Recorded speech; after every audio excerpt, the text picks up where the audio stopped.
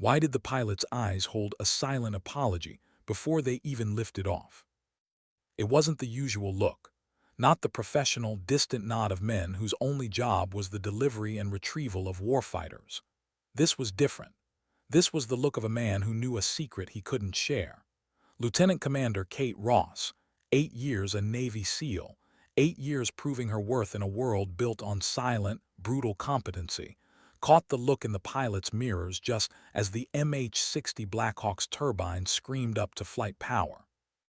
She was strapped into the seat, the air hot and metallic, the familiar smell of aviation fuel mixed with dust and the sharp, clean scent of fear that always clung to the inside of the cabin. Her team of three, Marcus, the heavy gunner, Sophia, the communications and med specialist, and Finn, the scout, were quiet, their faces masks of professional indifference. They believed the mission brief. They believed the official lie. Kate, however, held a truth that burned, small and cold, in her chest, a truth she hadn't shared, not yet, not even with Sophia, her shadow and confidant. The mission, classified as a routine HVT snatch and grab, a straightforward job, as the briefing officer had too cheerfully put it, felt wrong. Too easy, too clean. The kind of mission that only existed on paper to justify something far darker happening underneath. Her 8 years hadn't taught her how to fight men. They'd taught her how to read the silence between the words, and the silence at the briefing table had been deafening. They were not just going after a mid-level arms trafficker. They were the bait. She thought back to the flash drive, slipped into her palm moments before the final gear check. It contained one encrypted text file, a single, seemingly random map coordinate. It was a coordinate 40 kilometers past their exfiltration zone, a place that, if they reached it, would put them deep into a region the Pentagon officially denied even existed. "If the mission goes sideways, Lieutenant, and if you can still walk," the source, a ghost from the intelligence community who owed her a life debt, had whispered, "forget the HVT. That coordinate is the target. The HVT is irrelevant. Get the team there. Then get them out. This is a sacrifice play, Kate. Don't let it be yours." The weight of that second, silent mission, the true mission, pressed down on her, heavier than her armored vest. She had sworn an oath to her country, but a more sacred, unspoken oath bound her to the three souls breathing near her. She was their commander, their shield, their final safety net. She had to choose: the secret, deadly objective, or the safe, if classified, extraction of her family. The choice wasn't just a moral dilemma. It was a visceral, physical ache that made her fingers tremble slightly on the cold metal of her M4. It was the crushing feeling of being utterly ignored by the powerful chess players above, used as a pawn in a game she wasn't privy to, yet simultaneously carrying the crushing responsibility of command.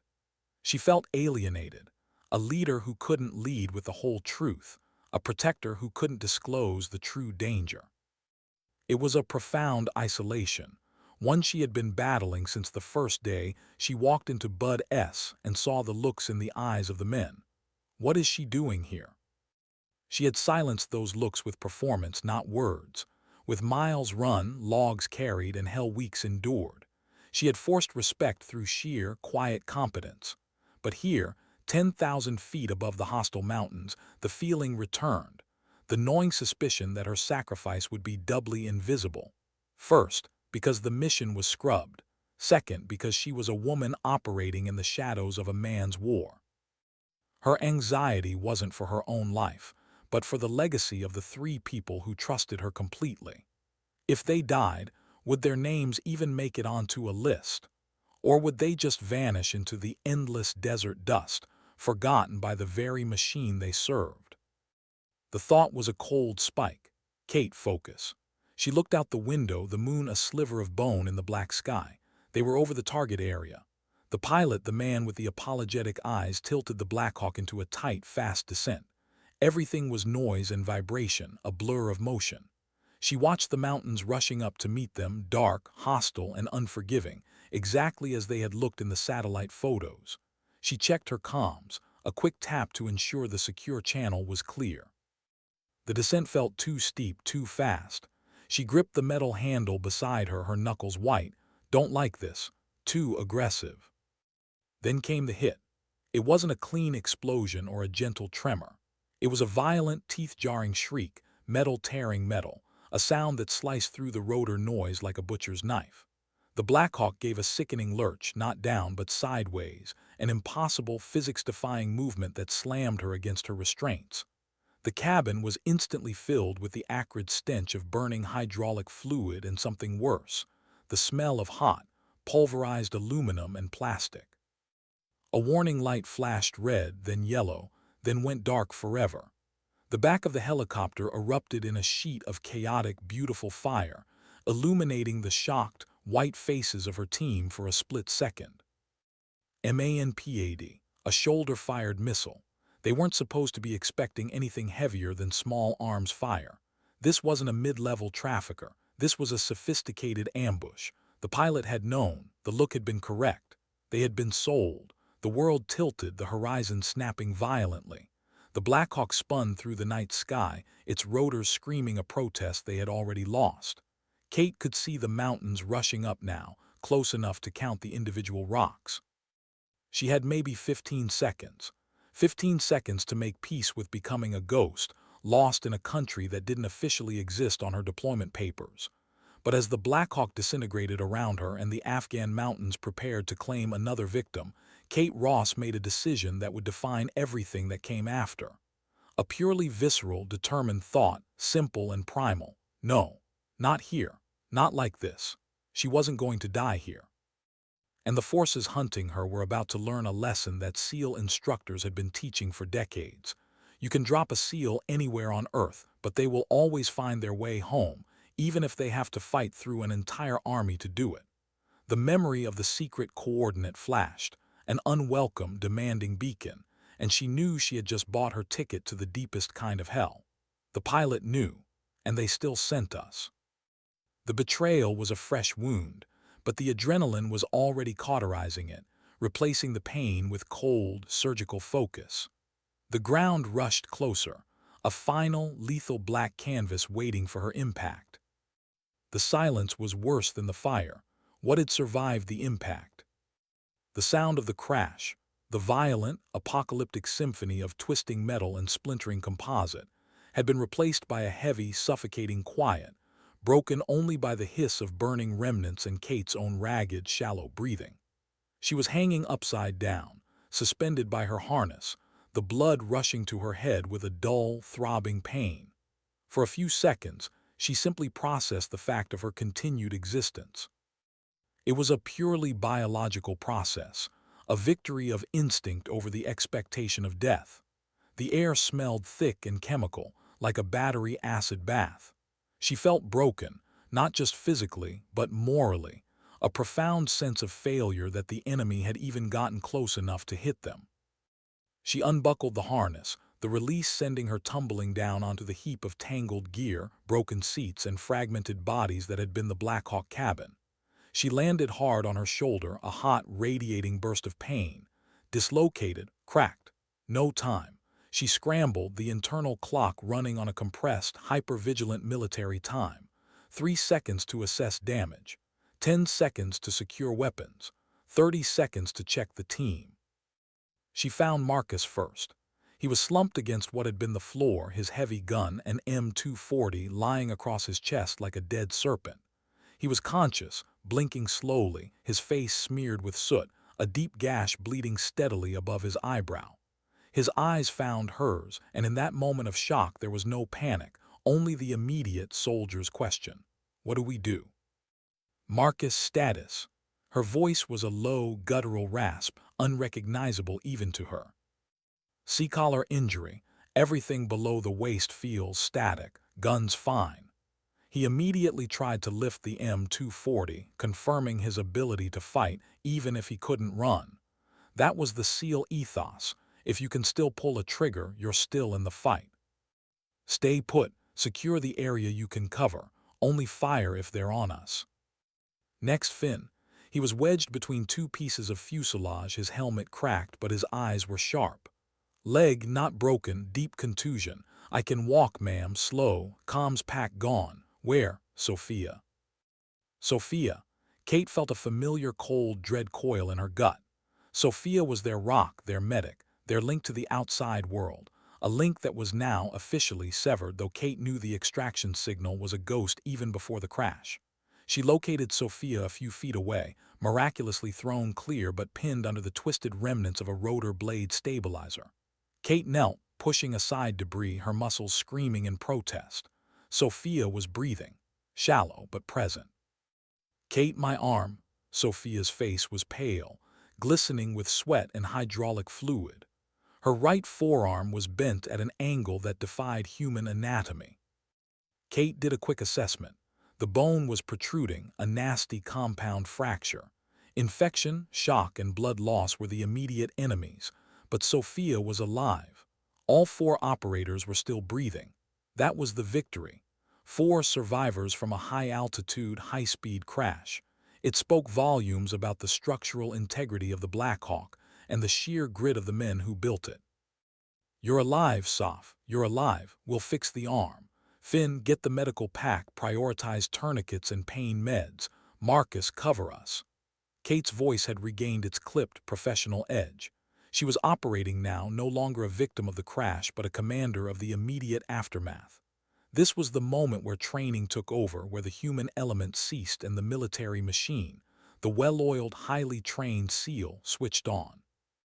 But as she checked the immediate surroundings, securing weapons and ammunition, the most precious cargo in this immediate new world, she realized what was missing, the crucial piece of gear that had been right beside her.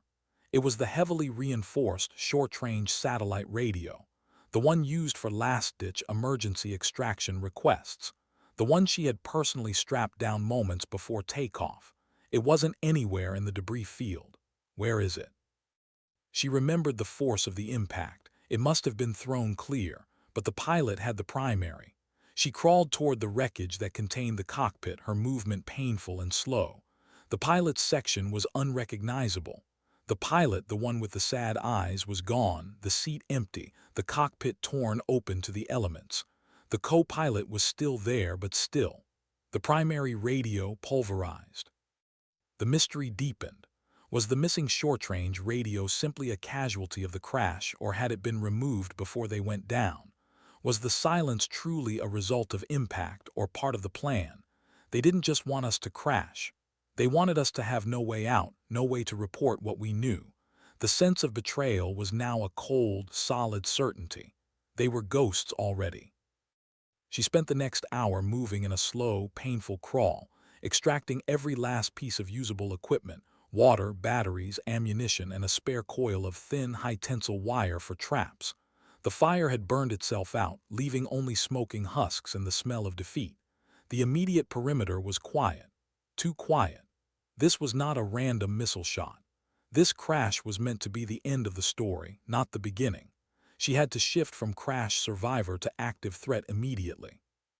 She looked at her team. 4 souls, 3 injured, 12,000 miles from home, with 0 official support, and a single burning coordinate demanding their attention 40 kilometers away. The coordinate was an anchor to the real mission, a promise of a truth that would cost them everything. She secured Sophia's arm, administering a field splint and a heavy dose of morphine, watching as the pain in Sophia's eyes receded, replaced by the blissful blur of opioids. It was a temporary fix, an inevitable debt to be repaid. Kate leaned over Marcus, who watched her with unflinching trust. "We move at first light. We're deep. We're not the victims. We're the wolves. We just lost our ride to the fight." Marcus simply nodded, his eyes closing briefly in acknowledgement. That was all she needed. The internal struggle was hers alone, the choice between the coordinate, the betrayal, and the path home. She chose the path that offered the best chance of survival, knowing that if they didn't get out, the coordinate would never be exposed, and the sacrifice of the pilot and co-pilot would be in vain. She was determined to carry that truth home, silent and sharp, even if it meant walking through the valley of the shadow of death to do it. A single headlight miles away flashed 3 times. It wasn't their signal. Who was out there? Kate watched the distant, rhythmic blinking through her binoculars, a tiny, irritating pinprick in the vast canvas of the hostile night. 3 flashes, a pause, 3 flashes again. Not Morse code, not a standardized military signal. It was a local signal, a conversation happening in the dark, and its existence proved her worst fears correct. The moment they crashed, their location was known. The enemy hadn't scrambled to find them, they were already deployed, waiting for the smoke to clear. This wasn't a hunt, it was a cleanup. The sense of isolation hit her with the cold finality of a prison door slamming shut. She knelt in the shadow of a jagged rock formation, the pre-dawn air biting through her uniform. Finn was beside her, scanning their sector. Marcus, despite his injury, had established a simple, near-invisible perimeter using their last remaining trip flares, a silent warning system. Sophia was lucid but immobile, wrapped in a thermal blanket, her consciousness fading in and out of the morphine haze. "Locals," Finn whispered, his voice dry. "Too structured," Kate replied, lowering the optics. "Local militia doesn't use that kind of discipline. That's organized. That's a network that's been expecting traffic. Our traffic." She pulled out her laminated map section, a scrap of paper now more valuable than gold. She traced a slow, meticulous line from the crash site. Their scheduled exfil point was 30 kilometers northwest. The secret coordinate, the place she felt compelled, morally bound, to investigate, was 40 kilometers southeast, deep in the red zone of denial. The flashing light was coming from the valley that separated them from the scheduled exfil. A trap. She had to make a decision, a moral pivot that would change their chances from slim to impossible. She couldn't walk towards a known trap, but the other direction, the coordinate, was a promise of death. Duty, the word was heavy, tasting like sand. Her duty officially was to secure her team and extract. Her duty secretly was to find out what was at that coordinate, a target so important, it justified crashing a helicopter and sacrificing 4 SEALs. She thought back to her initial desire to join the SEALs. It wasn't about glory or patriotism as much as it was about proving the purity of her will. She had grown up watching her father, a corporate lawyer, compromising his ideals for profit, eroding his dignity one transaction at a time. Kate had sought a place where the rules were absolute, where right and wrong were defined by the enemy and the objective. SEAL training, the sheer physical brutality of it, had stripped away everything fake, leaving only the core, unbreakable self.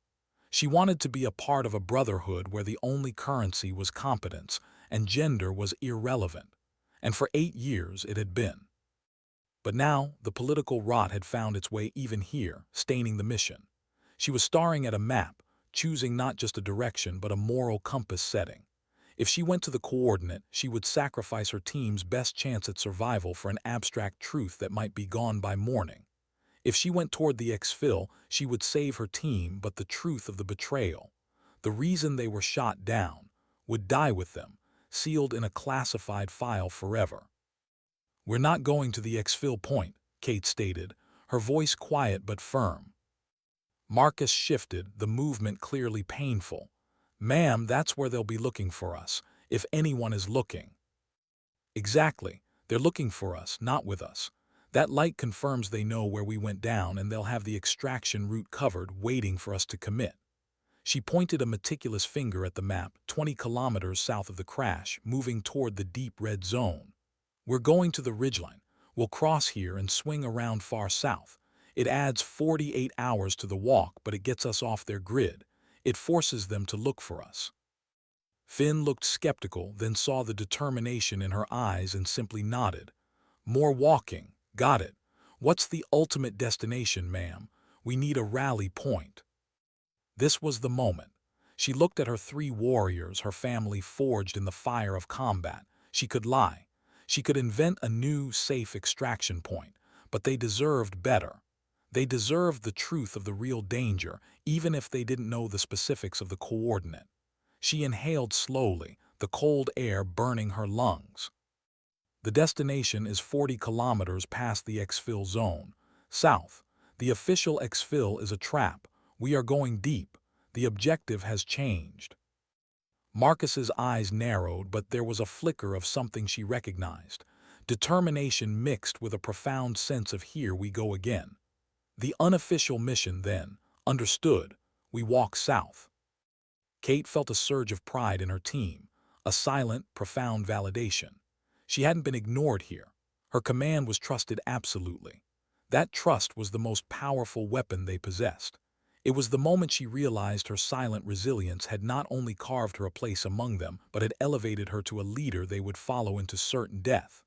She had found the purity of will she had sought, not in the abstract rules of war, but in the reciprocal trust of the few people who mattered. The faint, rhythmic flashing continued in the valley, a silent conversation about the expected catch. They were going to leave the trap empty. Kate moved over to Sophia, giving her a small sip of water.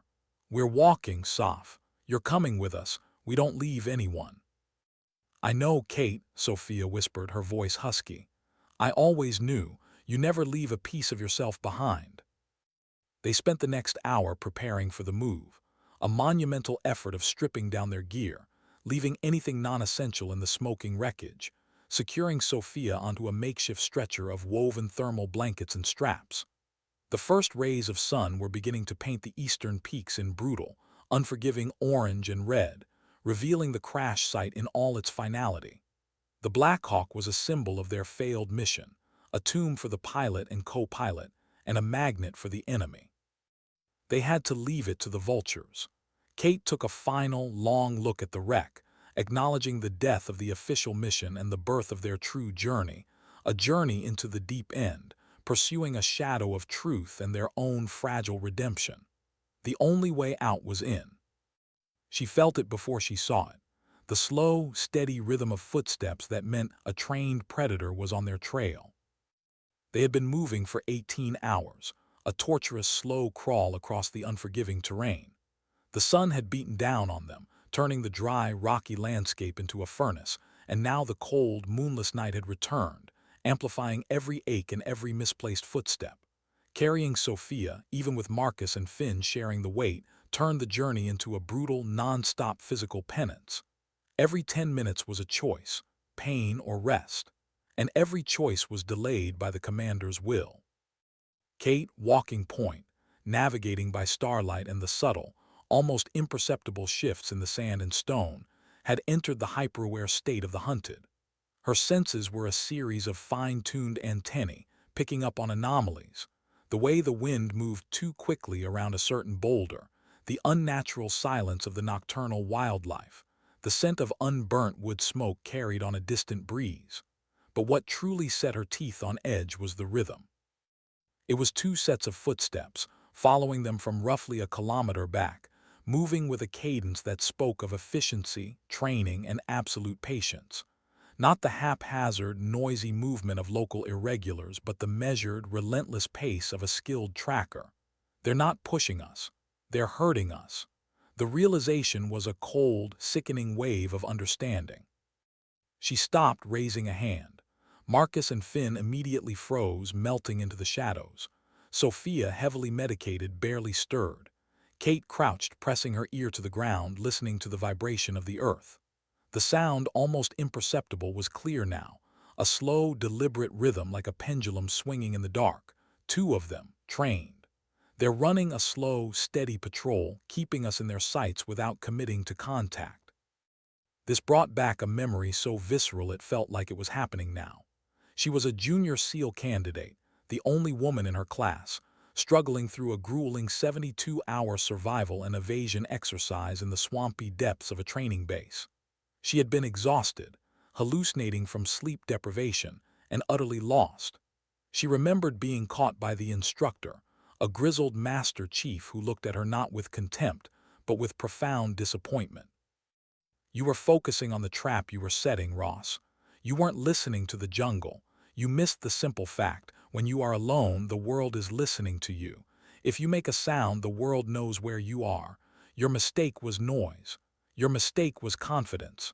You got lazy." That word, lazy, had stung more than any physical punishment. It wasn't about being ignored anymore. It was about the crushing fear of incompetence. She had vowed then and there that she would never, ever be lazy again. She would always listen to the jungle. She applied that lesson now. Her initial plan, a wide, sweeping arc south, had been too predictable, too textbook. It had placed them exactly where a well-trained adversary would expect them to go. She had been lazy. She pulled the team closer, whispering the adjustment to the plan. "They're too back, trained. They know we're carrying weight. They're waiting for us to make a mistake on the terrain." She pointed to a near-vertical rock face nearby. "We're climbing it. Marcus will use the minimal climbing gear. You take point. Finn, your tail. We're leaving a false trail down the canyon toward the exfil zone, visible amateur signs. We want them to think we're panicking." The climb was sheer physical agony, a testament to the fact that while the body can be broken, the will does not have to be. Marcus, his back screaming from the strain, moved with the precision of a spider placing the climbing anchors. Kate, despite the pain in her shoulder, moved with grim, silent determination, pushing up on sheer muscle memory. They pulled Sophia, wrapped tightly, up the vertical surface, a process that took nearly 2 hours and nearly depleted their physical reserves. When they reached the top, they were exhausted, sweating and trembling, but they were safe. The trackers, if they were good, would eventually realize the decoy trail was too loud, too clean, but it would buy them 5 precious hours. 5 hours of walking the high ground out of sight. As they moved across the narrow ridge, Kate reflected on the silent truth of her profession. They didn't win wars with courage or flag-waving. They won them with quiet, monotonous, agonizing competence. No one would ever know about this climb, this silent, desperate hour of effort that saved their lives. No one would know about the raw, visceral exhaustion that Finn and Marcus were hiding under their professional veneer. And that was the core of the dignity. Dignity doesn't speak. It simply acts. It exists in the silent, necessary effort that only the small circle of survivors will ever witness. She looked at the distant, silent southeast, the direction of the map coordinate. It was calling to her, a siren song of duty and truth. She knew the trackers had been set on them to ensure they didn't get close to that coordinate. The coordinate was the epicenter of the lie. They were now moving closer to it, not because it was safe, but because it was the one place the enemy expected them to avoid.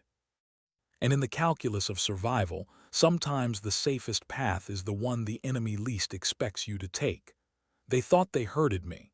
Now I'm hurting them. The thought brought a grim, fierce satisfaction, a small victory of will over a massive, coordinated betrayal. The smell of jasmine and burnt engine oil was a brutal contrast. Was this what life tasted like before death? They stumbled upon the village just as the second sun of their forced march began to set. It wasn't a military objective, just a cluster of ancient stone and mud brick houses clinging to the side of a deep canyon, too remote to be of strategic value, yet too populated to ignore. The smell of jasmine, a sweet, cloying scent carried on the cool evening air, was an anomaly in the harsh desert environment, suggesting a small patch of cultivated ground, a tiny, defiant garden. But underneath it, the lingering, metallic, burnt smell of aviation fuel and engine oil still clung to the air from their crash site, a brutal reminder of their predicament. Kate paused the team at the edge of the canyon rim, using the fatting light for one last detailed visual sweep. They were exhausted, bone-deep and trembling. Sophia's pain was now a constant, low-grade hum, occasionally broken by sharp moans she couldn't suppress. Finn's leg was swelling ominously, and Marcus's back injury was making every movement a visible struggle. They needed water, sleep, and a safe place to stabilize Sophia's injury, or they would not make it another 12 hours. The village looked deserted, silent. Too silent as always. But the smoke rising from a single chimney, the small goatskin bucket hanging near a well, and the scent of jasmine confirmed recent, if not current, human occupation. It presented an impossible dilemma, a massive moral sinkhole. Risk exposure by entering the village to seek water and refuge, or risk death from dehydration and infection by continuing to walk. Kate's mind was a frantic calculator, weighing human life against military doctrine. Never interact with locals in a denied area, never leave a trace. But the doctrine assumed a supply chain and an exfiltration plan. Both were gone. Her first loyalty was to her team. Survival superseded all doctrine. She felt a surge of unexpected hopeful dread. Hope that they could find sanctuary, dread that they would walk into a coordinated ambush. It was a hope that felt dangerous, like a luxury they couldn't afford. She had spent 8 years training to suppress hope, to operate on cold, hard certainty. Hope was a weakness that killed men. Yet, looking at the tired, drawn faces of her team, she realized that hope, the purely human desire for rest and survival, was the only thing preventing them from simply lying down and giving up. She left Finn and Sophia hidden under a rocky overhang, instructing Marcus to cover her. She moved down the canyon wall, a ghost in the twilight, her movements economical and silent. She moved toward the scent of jasmine, toward the well. The village was a labyrinth of shadows and ancient stones. She moved through the narrow alleyways, her weapon held close, her eyes scanning for tripwires, shadows, and glints of metal. She reached the center square. The well was there. A small, dry-looking flower box sat next to it, filled with the defiant white blossoms of jasmine. No one was there. No lights. No sound. It was an anomaly. Then she saw the sign. Scraped into the dusty wall of the well house, not visible from the canyon rim, was a small, almost childish drawing. A stylized black hawk, its wings broken, falling to the ground. Beneath it, a single, perfect circle drawn in chalk. Kate froze. The blood drained from her face, replaced by the Arctic rush of pure terror. They weren't following them. They were waiting for them. The village wasn't abandoned. It was empty, cleared out, a deliberate stage set. The single chimney smoke, the jasmine, the bucket, all props designed to lure the desperate survivors down. The picture of the falling Blackhawk was the signature of the people who had planned the entire ambush, a boast to whoever came next. She raised her rifle, her heart hammering against her ribs, the adrenaline flooding her system. The realization that they had been herded like sheep, that her calculated move to the coordinate zone had been anticipated, felt like a personal failure, a profound return to the feeling of being ignored, not by her superiors this time, but by the enemy, who had clearly studied their doctrine and anticipated their every move. They know who I am. They know how I operate. She scanned the rooftops, the darkness now thick and dangerous. She had minutes before the enemy, watching from a distance, would realize the ambush was spoiled because she hadn't entered the well house. She moved quickly, quietly, grabbing the bucket and lowering it into the well. She worked with the speed of desperation, the fear a razor-sharp focus. Water. Get the water. She filled every available canteen. 2 minutes of agony, the sound of the rope unwinding and rewinding and the pulley sounding like thunder in the silence. She glanced one last time at the chalk drawing, the circle beneath the falling bird. A small, final piece of information clicked into place. The circle. It was a local symbol for a hidden compound, a known, massive underground network of tunnels and storage depots, rumored to be near the secret map coordinate she carried. The map coordinate was not just a destination. It was the entrance to the true enemy infrastructure. They had to destroy it. The sound of a single metallic click, a bolt sliding home, came from a rooftop to her left. The ambush was initiated. Kate didn't hesitate. She threw herself into the shadow of the wall, letting the small arms fire chew into the stone where she had been standing. The fight had found them, and she had to get out of the trap not just for herself but for her team. She had water. Now she needed to find the courage to turn the trap back on the trappers, to turn the quiet, desperate retreat into a frontal, suicidal assault. The jasmine's sweet scent felt like a mocking goodbye. Before she pulled the pin, she whispered a name, Mother. The name wasn't a plea for help or a cry of despair.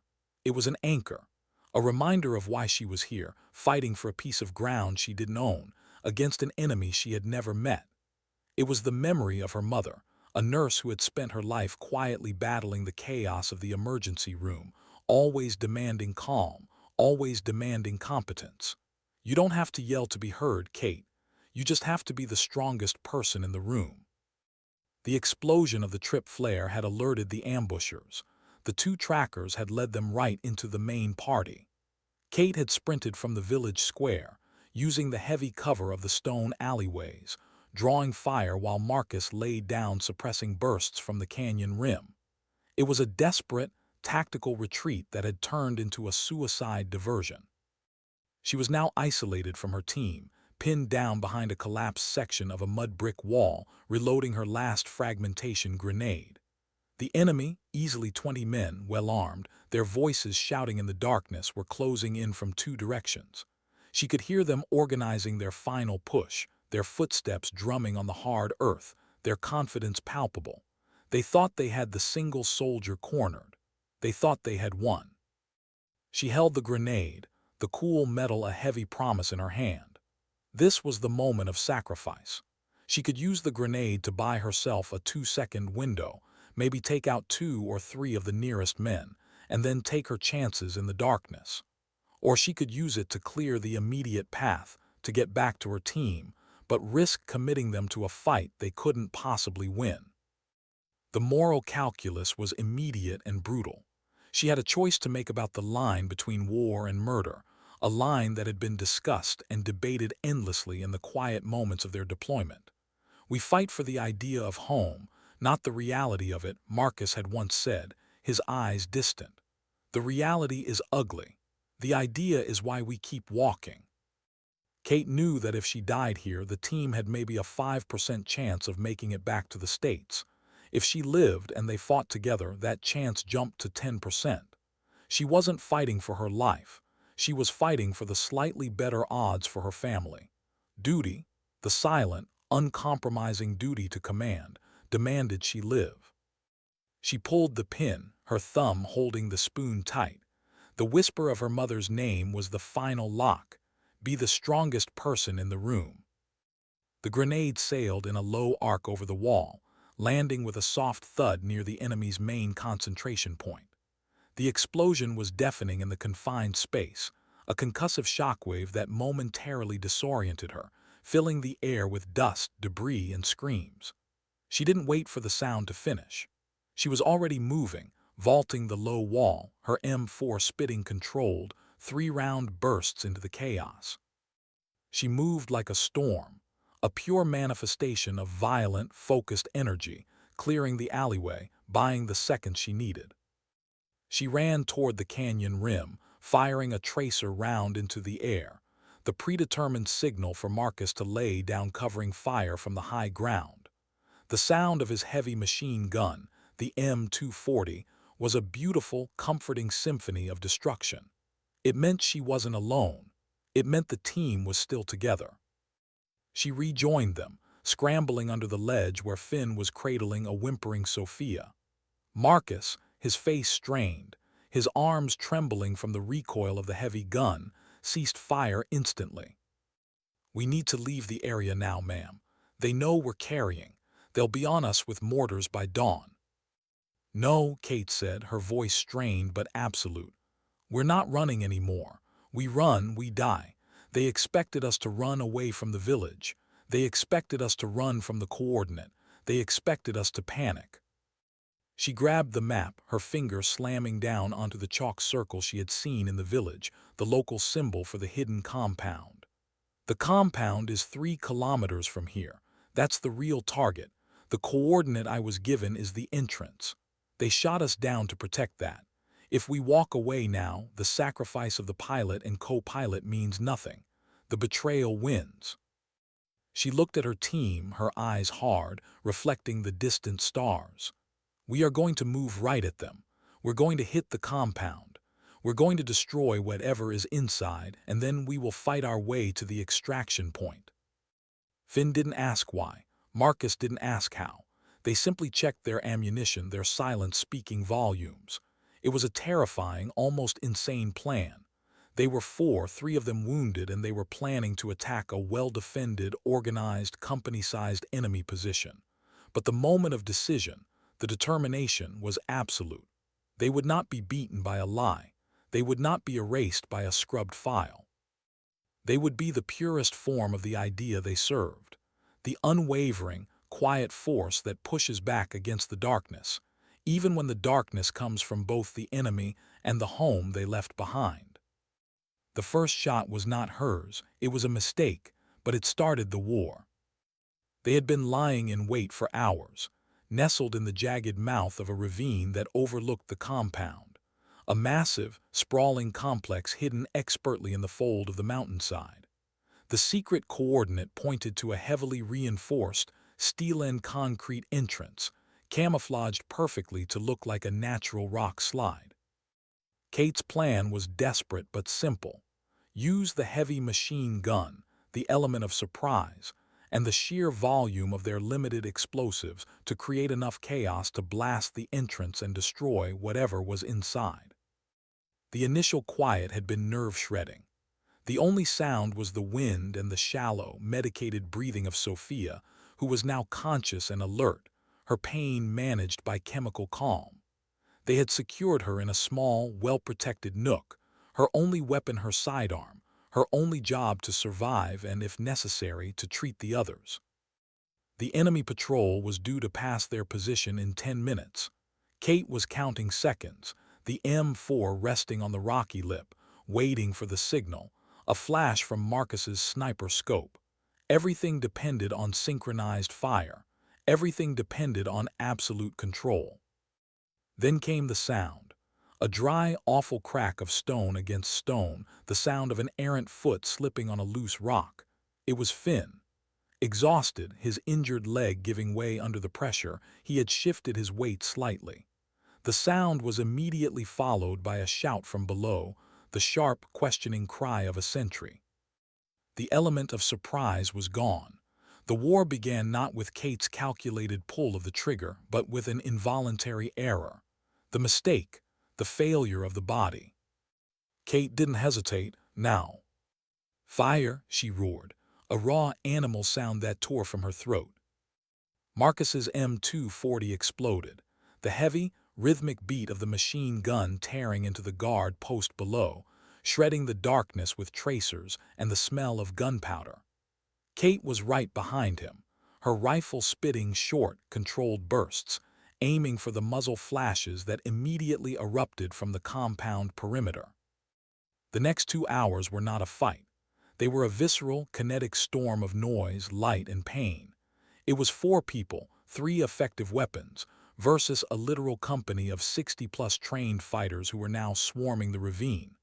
The odds were ridiculous, suicidal, a mathematical certainty of death. But math didn't account for the intense focus that now gripped Kate. She had entered the flow state, that beautiful, terrifying state of combat where time ceases to exist, and consciousness is reduced to a single, seamless interaction between eye, brain, and trigger finger.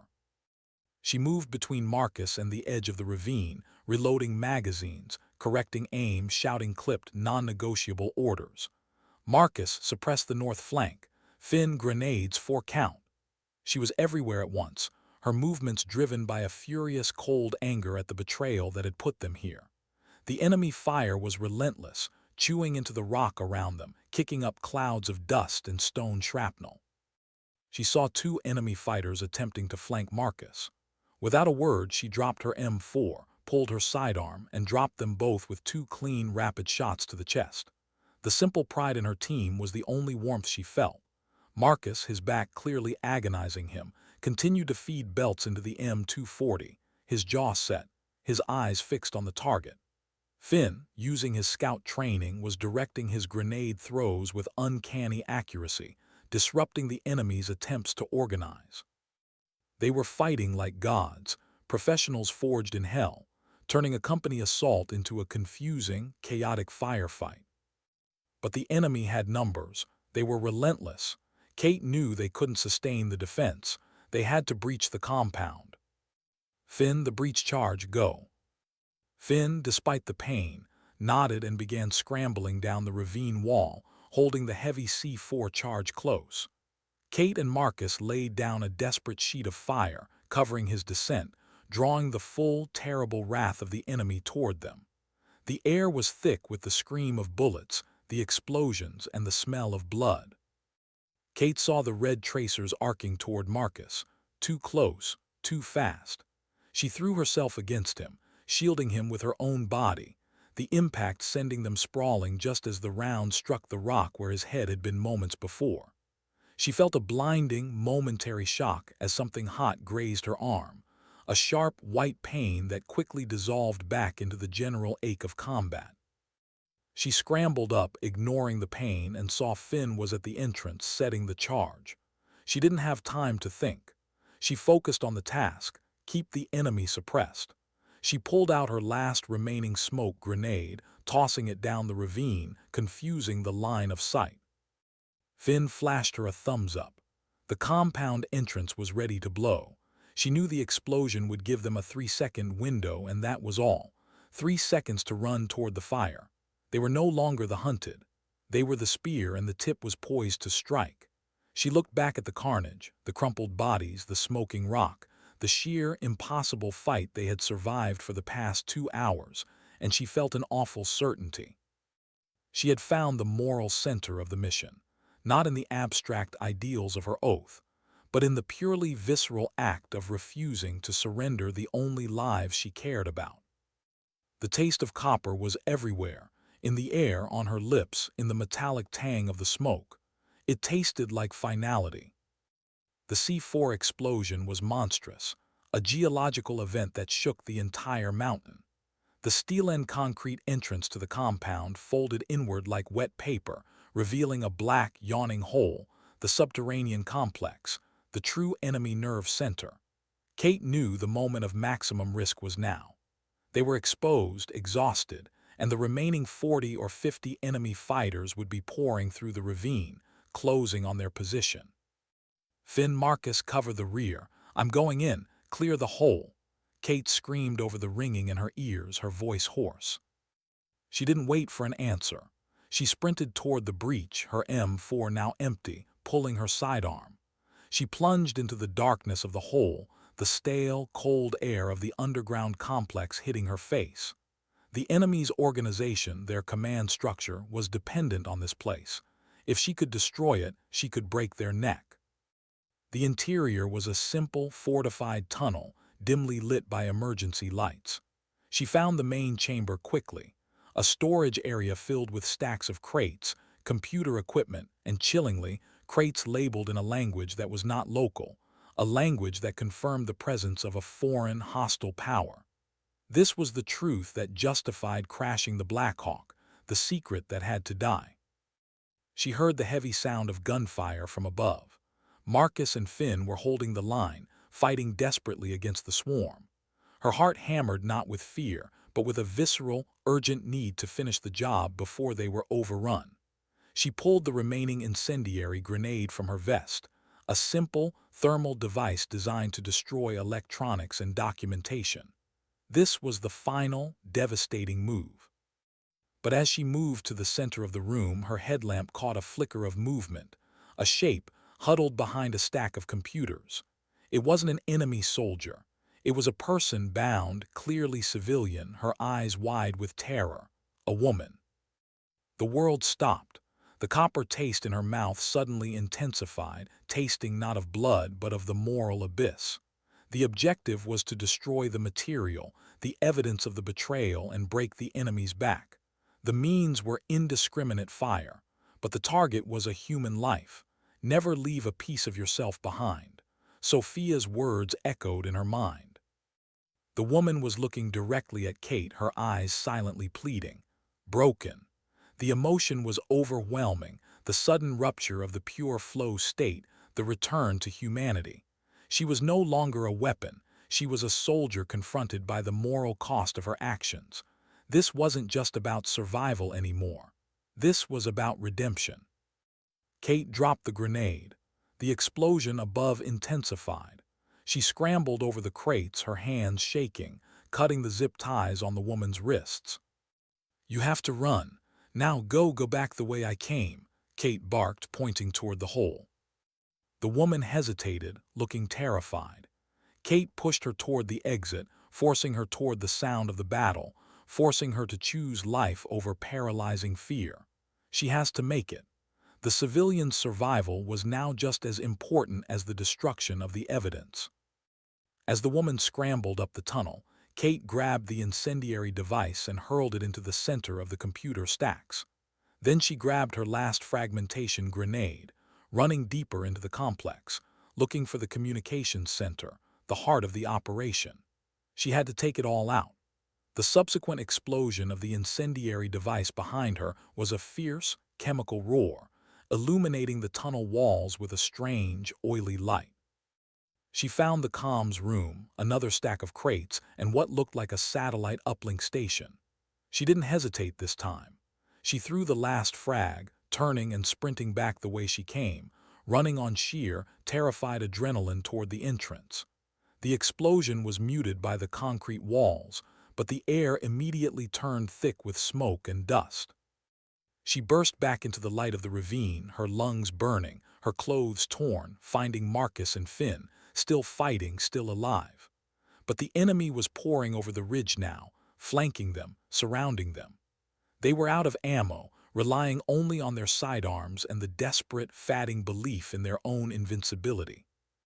"We're done, ma'am," Marcus shouted, his face covered in soot, a small, weary smile on his face. "We bought the truth, we're done." Kate looked at the incoming enemy wave. The final, awful act was upon them. There were perhaps 60 men now closing in, their voices a cacophony of triumph. They had defeated the 4 SEALs, but Kate looked past them toward the distant, receding back of the civilian woman she had forced to flee. She got out, and she looked at the plume of smoke rising from the destroyed compound. The truth is burned. They had lost the battle, but they had won the war. "No, Marcus," Kate whispered, pulling out her sidearm, checking the 5 remaining rounds. "We're not done. We're going home." The sound of the final rotor blades wasn't a rescue. It sounded like judgment. They had been fighting for 40 minutes, a hopeless, desperate melee that defied human endurance. It was a slow, agonizing retreat, back to the lip of the ravine where Sophia lay. They had used their knives, their fists, the blunt ends of their rifles, anything to keep the enemy from closing the circle. They had bought the time required for Kate to destroy the compound, and now they were paying the price in blood and exhaustion. Kate was operating purely on muscle memory. Her arm, grazed by the bullet, felt heavy and useless, but her grip on her sidearm was steady.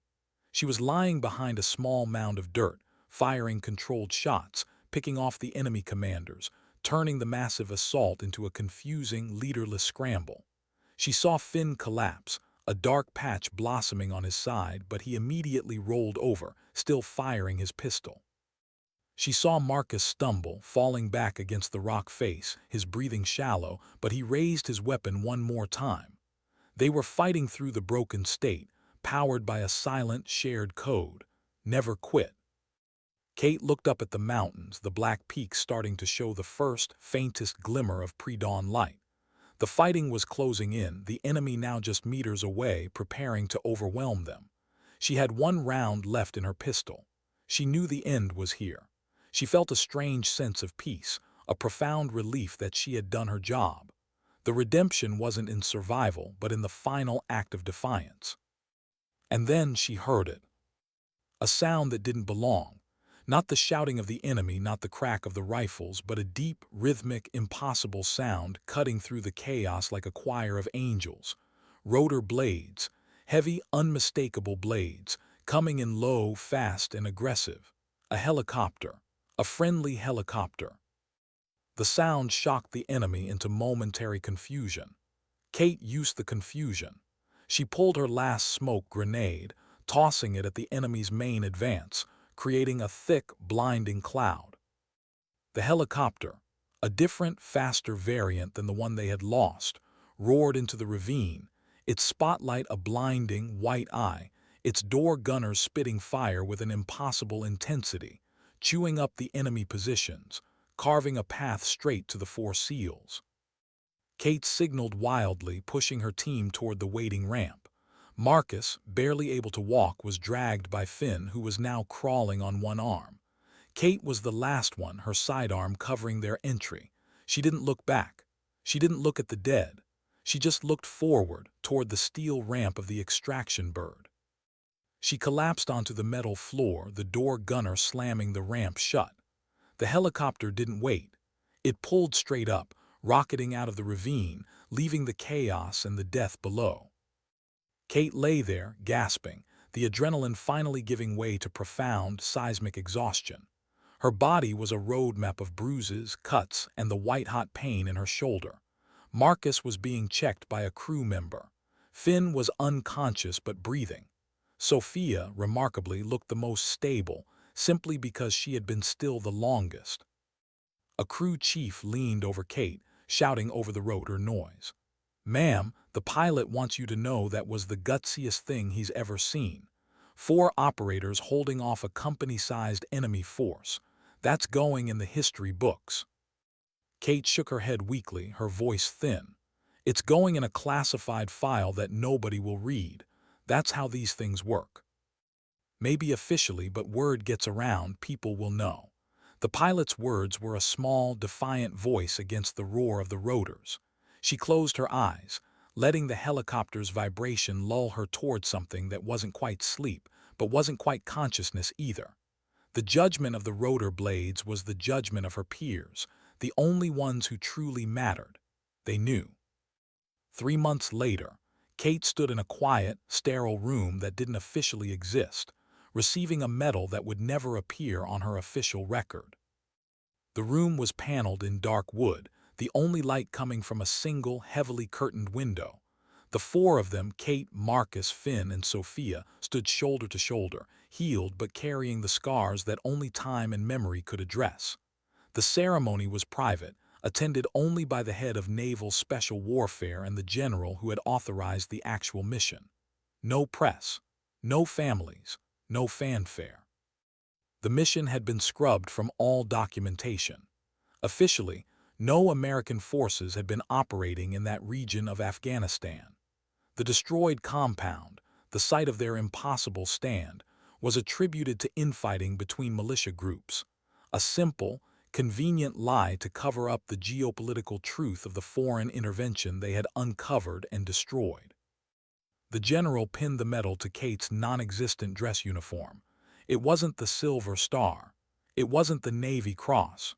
It was a simple, unmarked silver disc, heavy and cold against her fatigues. "We know what you did, Lieutenant," the general said, his voice low, heavy with the weight of political silence. "We know the choice you made. You chose the truth and you chose your team. The nation owes you more than this." Kate looked him in the eye, her gaze steady, devoid of resentment or triumph. "I chose the only option I had, sir. We got the job done. We're all home." And that was the only currency that mattered. They were home. They had fought through hell, through the betrayal of their own chain of command, through a company of enemies, and they had walked out of the fire, carrying the truth on their backs. The 3 souls beside her were alive, healed, and ready to fight again. That was the victory.